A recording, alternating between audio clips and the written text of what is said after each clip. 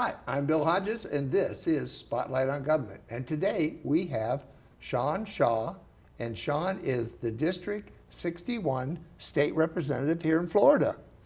Welcome to the show. No, I appreciate you having me on. It's great. I'm excited to have you here. You're following in some pretty good footsteps. Trying to. This is Betty Reed's old district, and she's one of the people that I just fell in love with when she came on the show. There's not too many people that don't like Betty Reed, so particularly in my district. So yes, I have a tremendous amount of respect for her. Let's get a little history on you. Do you mind if I call you Sean? No, I'd rather you did. Or I could call you Representative. I'd rather you called me Sean. Okay. Sean, let's get a little history on Sean. You were born where? So I was born in Jacksonville, and I was raised in Tallahassee, and the move from Jacksonville to Tallahassee happened because my father was appointed to the First District Court of Appeal. Oh, really? And then he was on the Florida Supreme Court. So my dad was the first African-American Chief Justice of the Florida Supreme Court. Wow. So that's why I grew up in Tallahassee. And so I grew up in Tallahassee, went to high school there, graduated, went to Princeton University for college, University of Florida for law school. You're going to give you on the basketball team up there. I understand. Well, I went there to play, but as we were saying, they don't give athletic money, so it was hard to get up for 6 in the morning for no reason, really. And I didn't grow any taller, so I knew this was it. It was on your dollar. So I graduated from Princeton in 2000. I graduated from the University of Florida in 2003, go Gators, and moved back to Tallahassee and worked for a small law firm. Then you missed out. You got your law degree. Law degree from the University of Florida in 2003. All right. Moved back to Tallahassee. And then in 2008, I was appointed to be the insurance consumer advocate of the state of Florida, which means I was responsible for making sure insurance companies were treating their consumers in a fair way. Life insurance, health insurance, property insurance, all that kind of stuff. I did that for 2 years. Is that a government agency? That is an agency under the CFO, and it was Alex Sink that appointed me to that job. And so I resigned to work on Alex's governor's race. And so that's what brought me to Tampa. So when her governor's race was over, I stayed in Tampa, started working at a law firm here that represents policyholders against their insurance company, the Merlin Law Group, and I've been here ever since. So your expertise is insurance. Legal and insurance. Correct, correct. And your lifelong love of the law probably started with your dad. It did. If you'd have told me I'd be an insurance law guy, that came out of nowhere, but certainly I always wanted to be in the legal field. I didn't want to be a judge necessarily, because the judges have to follow the laws that are already set out. You're really young. You might end up being a judge yet. Well, I don't think I want to be. I want to be the one that makes the laws. That's why I'm in the legislature. Okay. Judges have to follow the laws that are. And certainly I want to be one that at this point in my life especially wants to make them. So that's why I enjoy being up in Tallahassee. And you got elected last November. Got elected in August, actually, because I didn't have a general. So my race was over in the primary. So August of 2016, I was elected, and I just served my first session in Tallahassee. And here we are. What did you think about your first session in Tallahassee? Well, did you find the restrooms? I found the restrooms. That was only because hard. I used to work in the Capitol under Alex, so I knew where the bathrooms were. But it was fascinating. It was frustrating. It was invigorating. It was a whole lot of things at the same time. And one thing that I did understand is that people on the other side of the aisle, they're not bad people. They don't have horns. They're not evil. They are elected to represent their constituency just like I am. Their constituency just believes different than mine. And so we were able to come together on certain issues. On other issues, we had huge fights. But that's the joy of democracy. That's the joy of the government we were blessed with by the founders. So it is very frustrating for a Democrat when you're trying to get stuff done or when you're trying to do anything. But, we were able to pass 2 bills, and both were signed by the governor, actually. So I'm extremely blessed that happened. But what were the bills? Well, there were 2 bills. One had to do with insurance adjusters, and there was a problem with unlicensed people taking advantage of consumers. And so we passed a bill that outlaws that, sets forth certain penalties. The governor signed that, I believe, Friday. The other bill is affordable housing. And what it does is it makes it easier for entities that want to build affordable housing units to self-insure themselves, which makes it easier for them to build units. And so those were the 2 bills. And again, very lucky, very blessed to get those signed by the governor. What other committees are you on besides the insurance committee? Besides insurance and banking, I'm on civil justice, commerce, utilities, and government technology and operations. Would you explain what each of those? Yeah. So utilities is essentially what it says. It's the regulation of power, light, telecom, those sorts of things. Commerce is the big committee that encompasses insurance and utilities. So insurance and utilities are subcommittees. Okay. Commerce is the committee that is over those two. Okay. Civil justice is the committee that deals with civil justice issues as opposed to criminal justice issues. So torts, workers' compensation, those types of issues came up in civil justice. Judicial term limits, which is a bill that I went kind of nuts about. You can see why now because of who my father was. And the Government Operations Appropriations Committee is the committee that determines the budget for certain state agencies, DFS, DEO, agencies, those sorts of things. Let's look at those term limits. Where did you stand on term limits? Well, to no one's surprise up in Tallahassee, I thought it was the worst bill that was being talked about in Tallahassee. The bill, what it would have done is introduced term limits for appellate judges, first DCA judges and Supreme Court justices, notwithstanding the fact that they are already on the ballot every 6 years. Every 6 years, you vote for appellate judges, and it's called merit retention. And there's a check yes or a check no. And what this bill would have done is institute essentially a 12-year term limit on appellate judges, and after that, you cannot be reappointed. You can't go back on someone new. These appellate courts are the courts that hear the most important cases in this state, particularly the Supreme Court of Florida. Those are death cases.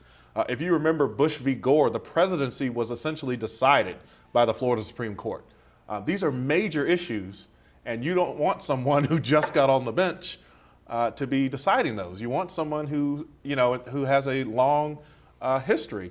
For example, my dad was on the first DCA for a certain amount of years and then the Supreme Court for a certain amount of years. Under this proposal, you have 12 on both. Not total, kind of in combination. So if you're on the first DCA for 2 years, you can only be on the Supreme Court for 10 years. That's just a bad idea. Judges and justices, the judicial branch, is one that requires stability, it requires history, it requires someone that knows what's going on. I don't want a brand new judge determining if I'm going to go to the get the death penalty. It's not a good idea. No other state does it, and they don't do it for a reason. And so I stood on the House floor, and those same kind of arguments I'm making to you, I made on the House floor. And of course, my father, when he was running for merit retention, he had just authored a very controversial abortion opinion. And when he ran, he had to run statewide. He had to run a vigorous campaign. He had to go to every corner of the state and defend that opinion. People had to raise money for him. It was a huge race, but he won. And I was told that there's no accountability to our judges, so we need term limits. Well, I lived through that race, and I know how hard he had to work to do it, so I know what accountability is. So those sorts of issues I was happy to talk about on the House floor, and it was very disappointing that passed, but the Senate didn't take it up, so it's not going to be on your ballot, luckily. Every argument you made, and in full disclosure, I don't like term limits. Anybody that's watched this show very long knows that. I think the ballot box is the term limiter. And if you can't get enough people to term limit somebody, that's your problem. And so all the arguments you've made for judges, to me, apply to every other elected office. I do not disagree with you. If the people want to continue to elect someone, that's their right. Now, one of the problems is, and I'll admit to this, I'm a politician, so I can tell you it's true, it's the influence of money, the influence of incumbency, who can raise the money. That is a problem we have in our system, but I don't think that issue is so, you can't get over that issue to the point that you should have term limits. I believe if people want to continue to vote, they ought to have the chance to do that. I totally agree, and I'm glad to hear you say that, because that seems to me to be wrong to take people in any corporation. If you were to say, okay, you've got 8 years to be in management, after that you're gone. That would be totally disruptive to a business. Right. And you'd bring someone else in, and then who has all the institutional knowledge at that business? Ooh, I can answer that one. Staff and lobbyists. Bingo. And that's what's scary in Tallahassee. What would you like to see happen in each of your committees? Let's take the first one you mentioned. Well, insurance, there's an issue. Well, workers' compensation, I think, is an issue that needs to be addressed one way or the other. Of course, I'm a plaintiff's attorney, so it should be no secret that I believe injured workers are the ones who are being treated unfairly. I also understand that the premiums that employers pay is something that, needs to be controlled so that they can make money to pay the injured workers. I get it. But we need a fair and balanced fix to the problem. We weren't able to get one last session. Hopefully we can do that this session. With regard to civil justice, I'm going to fight the term limit thing if it comes back again. That's the committee where it originated. And so I'll do my best to make sure everybody knows how bad of an idea judicial term limits are. Energy and utilities, and I think we did it a little bit last session, but implementing the people's desire for solar and how we do that, how we do solar alongside the power companies we already have, how we incentivize solar panels on your home, how we incentivize the building of solar panels here, how we incentivize corporations so that Florida can be the leading producer of solar panels and solar energy, as we should. That just amazes me that the state legislature has done so little, because everybody I talk to people day in and day out about solar. Oh yeah, we want solar. Solar would be good. And we voted for it, but nothing's happened. Well, I'll tell you, we voted for a lot of things that seem to not we can get into marijuana correctly. In a little bit. It's not. It's solar. It's marijuana. It is. There's another one. You know, the environment. How we fund the environment. Land purchase. Right. Yes. There's zero money in the budget to purchase sensitive lands. When people voted for that amendment, I'm almost certain they didn't want zero money being spent to purchase those lands. That's what the amendment was about. But the legislature has a problem with implementing the will of the people, in my opinion. That's one of the most frustrating things up there. Well, of course, Mr. Corcoran believes, and I'm not sure I can quote him exactly right, but that the legislature knows better than local officials. Listen, it is bizarro world when a Democrat is up in Tallahassee arguing that local government knows more than the legislature. Things have totally been turned on their head, but that's what we're up there doing. There was a bill to essentially make it so that no new CRA could be created unless the legislature approved it. And I can give you a wild guess as to how many CRAs we were going to be approving to be created. None. So it would have essentially done away with CRAs, and that's not, we do not know better. CRA is the Community Redevelopment Agency, Okay. Kind of helping tax dollars go to blighted areas. We don't know better. City council people, school board members. I'm not a teacher. I'm not a city councilman. I'm not a county commissioner. I'm a state legislator. So there's certain issues that we should be getting involved with, the budget and how we implement these amendments. We shouldn't be dictating to local government what they do, how they do, and all those sorts of things. And we did a lot of that this session, a lot of how you can spend your money, a lot of what kind of things you can do with regard to sewer, and just really down in the weeds, punishing local governments. And, I don't know why, but I'm just a freshman Democrat, so that's above my pay grade. Well, but the fact is, you came on with some background, some knowledge. Right. A whole lot of people are coming on with little background, little knowledge. Well, but big campaign treasuries. Well, but a lot of people also come with a lot of local elected experience. I wasn't a city council person or a county commissioner. True. And so we sometimes you see things from different angles depending on your background, and that's why you like diversity of background and thought in the legislature. But what happened was essentially an attack on local government this session. I mean, that's what was happening. Schools especially. Well, let's go there then if we're going to talk about schools. I thought the second worst bill was 7069, which was the bill that the legislature passed that essentially gutted public education, mandated that school districts give a certain amount of money to charter schools, mandated that charter schools and public schools receive the same amount of funding to repair their buildings, to maintain their buildings. And listen, I believe that a parent should have the ability to send their child where they want to send them. But when my tax dollars are implicated, then I don't believe that that's a different issue. My tax dollars shouldn't be going to send someone to a charter school at the same rate that they're used to send someone to public school. It is really look at the case disappointing. Right now where the guy is ripped off millions Bingo. from the charter school system. And that happens consistently all over the nation. Well, we were schools. constantly told on the House floor that charter schools are nonprofits, so we don't have to worry about that. But that's only half the story, and quite frankly, that's a kind of a statement that is playing us for fools. The charter schools are managed by for-profit entities. Exactly. So it is legally accurate, I guess, to say that the charter school is not for profit, but the people that manage it are for profit, and they're the ones that oftentimes will suck the money up and leave. And when public schools are competing directly for students and dollars. We have created a system that is bad, and that's what we're doing. That's Well, exactly not what only we're doing. that, but public schools have to take everybody. And they have to adhere. Charter schools have other rules. They have to adhere to certain state standards that charter schools don't. And the funneling of all this money to charter schools is just very, very troubling, and it's only going to get worse. Let's talk about marijuana. Mm-hmm. I have a friend in another state that has a serious health defect. And they've tried all kinds of different opiates and other things. But the marijuana actually gives them some relief. Mm-hmm. And I don't understand what the state's doing playing games with this. Money. I mean, we're creating a multi-billion-dollar industry out of thin air with this kind of medicinal cannabis. And so there's a lot of money interests, there's a lot of lobbyists, there's a lot of people interested in how this happens. So what happened during session was nothing happened. We weren't able to come to consensus and pass a bill. Even though the people of the state said this is what we want. And it was a very detailed amendment, had a lot of things in it. So we went there for special session, and at the last minute, marijuana was tacked on as a subject we could talk about, and we passed a bill. I voted in favor of the bill, even though it was a bad bill, and I'll tell you why. I thought we needed to do something to implement the will of the voters.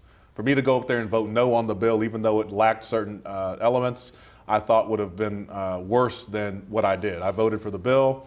It had some good things, but it also had some bad things. When the people of Florida voted for, 71% voted for medicinal cannabis. I'm almost certain that they believed smoking would be one way that you could get that cannabis into your body. Sure. We don't allow that under our bill. Oh, Smoking really? is prohibited. And so You have to eat brownies? you got to eat brownies, lollipops, I guess, I don't know, rub it on your skin. But smoking is out of it, and there are a lot of patients who only benefit if they smoke it because they can't digest it. And so, unfortunately, Especially the bill we throat had, cancers and things like that. the bill didn't have smoking in it. And if you remember the language of the amendment did not explicitly say you can smoke it. But what it did say was you can't regulate smoking it in a public place. And for lawyers, we'll tell you if it talks about smoking in any way, it's contemplating smoking. Smoking, yes. If the word smoking's in there, it wouldn't be in there unless it was contemplating smoking in the bill. So John Morgan is going to sue the state, as he should. And I kind of think that he has a good case to be made that the fact we didn't allow smoking means we didn't do it correctly. So I think he's suing us as we speak. It amazes me at the hypocritical attitude that I run into out there. I know some people that enjoy their medicinal cocktails and yet are afraid of it. And you know, I have never ever seen, folks, anybody smoke a joint, then get up from smoking that joint, walk up and beat up on their wives and their children with a bat. I've seen that happen with alcohol. The hypocrisy of it is amazing, but a lot of it, unfortunately, stems back to money. Oh, without a doubt. A lot of it. And so we're looking at the control and growing it. Is that what the situation is? So we're creating a business out of nowhere, and there's, I think, limited to maybe 8 to 9 entities can serve as growers. And then how many distribution points can you have was one of the big arguments. And how do you get it to the most patients? You know, there was a version of the bill where you could, we were limiting the distribution points to the point that you couldn't even get to it if you wanted it. And so we opened it up as to how many distribution points each of these 8 entities could have. But still, we're not implementing the will of the people. And we don't do a good job of that in Tallahassee. Where is the money coming to fight this? As I was told, and I do not know this to be accurate. Right. I was told that the anti-marijuana was primarily the ethical drug companies, was the churches, and the unethical drugs. Right. Were the 3 that were really financing the whole thing against having legalized marijuana. I mean, there are certain entities that would like to have the status quo remain how it is. They don't want medicinal cannabis here, and some of them are the ones you listed. And really, on the other side, and I know I mentioned him before, John Morgan essentially bankrolled this amendment that passed 71%, did it twice. First time it didn't pass, second time it did. And he's the one that's going to bankroll the lawsuit against us for the smokable part. So, 71% of the voters wanted this. that ought to tell you something. It ought to tell every legislator up in Tallahassee something. How do they feel they can go home having done literally nothing? That's a good question. A lot of what we do in Tallahassee, everyone doesn't know. Tallahassee is a bubble. And a lot of representatives and senators do things in Tallahassee that their constituents don't know about, simply because the distance, simply because you're not following it. You have to be really up to date on the legislation that's passed and the committees that are going on. You got to be watching all these proceedings to really know what's going on. And so a lot of people can go up there and vote crazy on issues and come back home and just say, hey, I'm for whatever the red meat is to your base.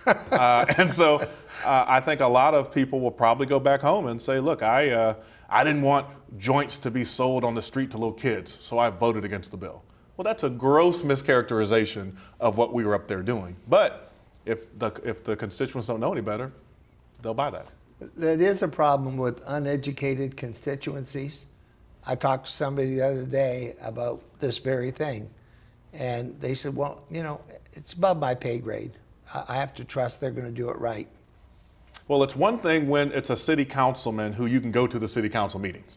County commission, you can go to those meetings. You're not driving 4 hours to Tallahassee during those 60 days we're in session to see what we're doing. You're relying on the Tampa Bay Times to tell you. You're relying on papers to tell you what I'm doing and what I'm not, which is one reason I started doing every week a Facebook Live update. So every week, and it's just 10 minutes, and it's super easy. I would get on Facebook and kind of say, look, this is what happened last week. I voted on this bill. We didn't vote on this. This is how the budget's coming. This is how things are going. Because I found that people just didn't know what was going on up there and didn't know what I was doing. And so I found, when I came back home after session, people stop me and they love it. I mean, people share it around and send it around each other. I'll be in a church and someone will say, I saw you on Facebook Live. So I think it's a great tool. All this easy technology and social media we have, it takes me 5 to 10 minutes in my Capitol office. This is what I just voted on. This is what happened. And this is what we're up to next week. And so I love Facebook Live. I do that. And it's very useful because Tallahassee is a very insulated island that unless you are following it and know what you're doing, you won't know what your legislator's doing. While you were up there this time, what do you feel were the most important things to your district, District 61? Well, look, I ran on certain issues: vocational training, affordable housing, criminal justice reform, economic development. So those are 4 areas that anytime I was at a debate or a campaign forum, we spoke about. So I spoke to you about the affordable housing bill that I was lucky enough and blessed to pass. So in that subject area, we were able to do that. With regard to the workforce and vocational training, if you remember Visit Florida and Enterprise Florida, there was a major battle between the governor's office and the speaker. Yes. And the speaker wanted to do away with both entities. The governor wanted to be fully funded, even more so than last time. And so there was a huge fight, and that's what led to us coming back to special session, really. And at the end of the day, we passed a bill that gives the governor $85 million to spend how he wants on infrastructure projects, and also some money set aside for workforce training and vocational training. So I voted for that bill, even though the $85 million that the governor has is really unfettered. He can spend it however he or she wants, but it just has to be spent on infrastructure projects. I thought there should have been more strings attached to the money. But I didn't go to every debate and every campaign forum and say that I was for more money for vocational training. I couldn't vote against the bill. I thought it was too important for the vocational training and the workforce money in my district, so I voted for the bill for that reason. So those are some of the areas. Criminal justice reform, we really didn't do much this session. I think next session, that's going to be an area where we concentrate. I promised you that I'd give you at least 1 to 2 minutes to talk directly to your constituency, thank the people who helped you get here, and tell the others, never fear, I'm still going to represent you. Right. So now's that time, Sean. Well, listen, I want to thank my constituents. I want to thank everybody in District 61 who voted for anybody. Particularly the people that voted for me. You've given me the greatest honor of my life to be your representative up in Tallahassee. For those that didn't, please, I'm your representative too, and you're gonna see me work as hard as I can to try to earn your vote next time. But what I went to Tallahassee to do was in those areas that we mentioned, and I've made progress, or I certainly have tried to make progress in all those areas. So I have done, or at least tried to do everything I said I would, and I hope you will give me the honor again to continue to represent you here. I have to run for re-election every 2 years, so I'm going to ask for your vote again, but I just want you to know that if you ever need to contact me, you can reach me. I'm going to read you the number, 813-224-1947.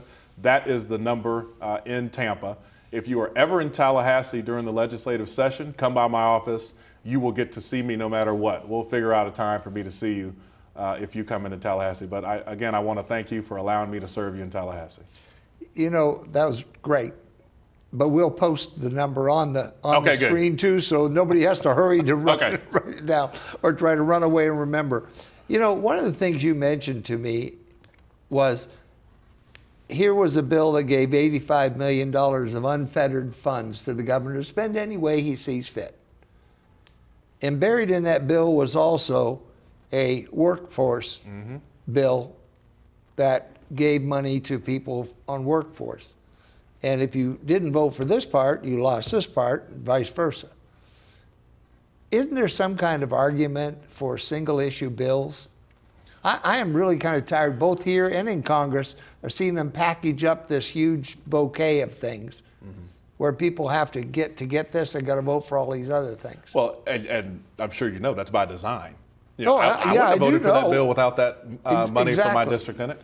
I think in that area, you are exactly correct. But it is part of the game that's played up there. You want people like me who would never support the governor having $85 million to spend in any infrastructure project he wants. Right. I'd never support something. In fact, I yelled and screamed about it on the floor.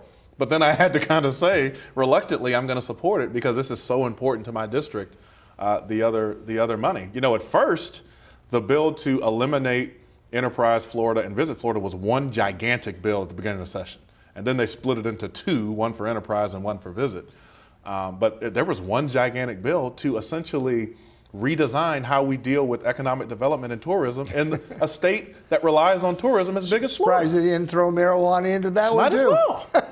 well. And so there's a reason we barely finished on time without doing a lot of things, and that we had to come back for a special session. Speaking of coming back, Representative Shaw, we've just run out of time, but Wonderful. I hope you'll come back and spend a little time with us again. Would love to. Can I get you on tape? I will Would come back. love to.